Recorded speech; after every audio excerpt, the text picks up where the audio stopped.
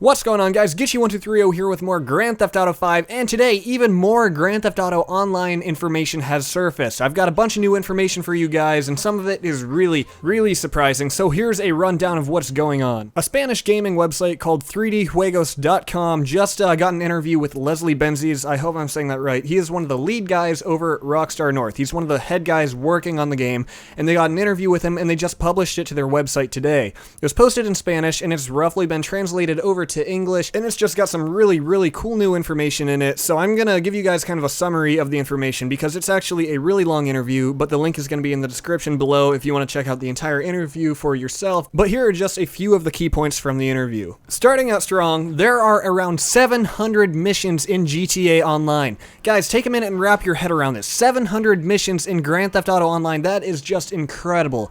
That is way more missions than we've ever had in any previous Grand Theft Auto, and to be honest, that's probably going to be way more missions than the single player alone, so that is just crazy. I don't even have words to express how I feel about that. There is no doubt in my mind that that is going to keep us busy for a very long time. So moving on to some of the smaller details, but they're still awesome. The camera will zoom out and pan away to your online character seamlessly. During the animation, a matchmaking process will be in progress. So basically, you know, you can switch from Michael to Trevor, from Michael to Franklin, and it'll zoom out like that. But the fourth character slot is for your online character. So when you switch to that, that is going to put you online. And as it's starting to put you online, it's already going to start your matchmaking process. So it's going to be a nice, smooth process. So, you know, I love to hear that. I hope it's quick and speedy, and I think it will be. Moving on, matchmaking will depend on which friends are playing and what people have ranks near yours. So it makes it sound like they're going to kind of throw you in with a mix of some of your friends, but also people that have a similar rank. And that's a good thing because that's going to help keep it fair. And one thing that I love is a balanced online experience. Next up, you can do almost anything you would do in single player in GTA Online, which, okay, we kind of expected that based on the online trailer. That kind of gave us that idea,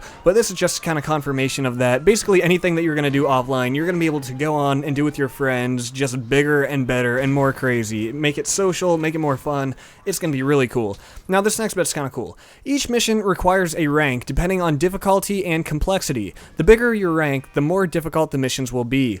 So, as we know, there are ranks roughly 1 through 100. We learned that from the achievement leak. So this makes it sound like if you do not have a high enough rank, then you won't be able to complete the mission. Which, you know, I'm cool with that. That sounds nice. It's a reason to want to play and, you know, get your rank higher. So let's say maybe you need to be level 50 to do the first bank heist online. Or maybe, you know, you have to be level 80 to rob the final bank. Or, you know, maybe you have to be level 10 to get a group of people and jump a gas station or something like that. So there are going to be these requirements, which personally I love, because it's going to be incentive to want to rank up.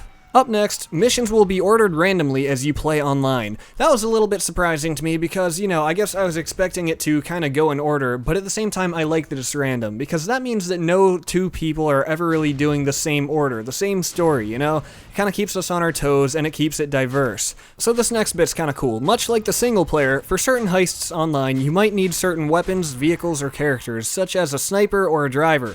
This will also depend on the mission creator if you download the mission from the social club. So that is really cool. That is confirmation of downloadable missions because, you know, as we know, the missions will continue to be updated after the release of the game and after the release of Grand Theft Auto Online on October 1st.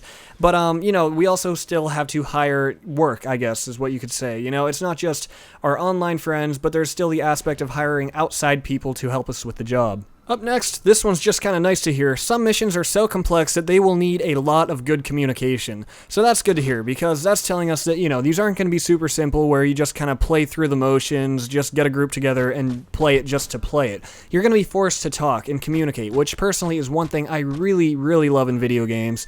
I love talking to people all around the world, and I also love coordinating good plays, sting operations, whatever game it is, just coordination amongst other people. I think that's a really fun thing. This next bit isn't too much of a surprise, but it's also nice to hear. There will be descriptions to help each player on their own heist function. So, you know, there won't really be too much confusion. You'll be told what you need to do, but then it's still your choice to do it how you want to do it. Up next, you can change the weather, the time of day, the time you want it to rain, change the radio station, and all of that in the Mission Content Creator. So that is very cool because that is customization more. You know, it's not only the car customization and weapon customization, but now we're also customizing game types and maps and just, you know, how we want the game to be. So you don't want it to be sunny? Okay, then make it rainy. You want it to start raining at a certain time and, you know, maybe start sunny but only for a few minutes? Okay, well go ahead and do that because we're going to have all those tools in our hands.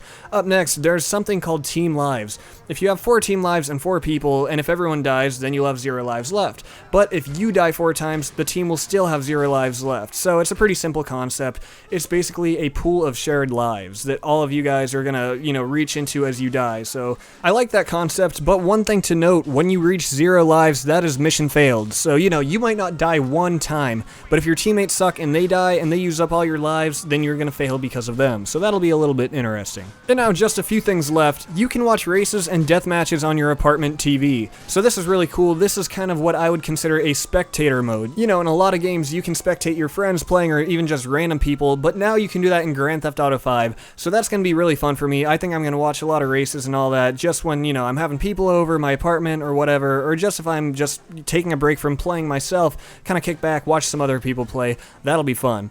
There are masks to hide from the cops, so that's not a huge surprise. We've seen them in the screenshots before, but this tells us that wearing a mask will also kind of deter the cops from us, because it'll conceal our identity, so it's nice to hear that that's actually playing a role in our escape. And lastly, the final thing, the online will run on these social club servers. Data will be stored on the cloud. There are data centers from New York to San Diego and more Rockstar Studios. So this is just kind of reassurance that this is all going to run smoothly. We don't have to deal with, server hosts, host migrations, ping, and all that bullcrap. This is all just done by Rockstar themselves. Their servers spread out everywhere. So this is going to ensure a nice, hopefully just seamless online experience. So guys, that does it for my list. As I said, the interview's pretty long. There are a few other little bits of information if you want to check it out yourself, but I covered most of the important things that you're going to want to know most. So please, as always, tell me what you think in the comments below. Which bit of this stood out most to you, and what do you look forward to the most? As always, stay tuned to my channel as I bring you guys more Grand Theft Auto 5 in the future, and we're getting close to the release date, so stay tuned when the game actually comes out. I'm going to upload shit tons of stuff. So with that, thank you guys for watching, and I will see you next time.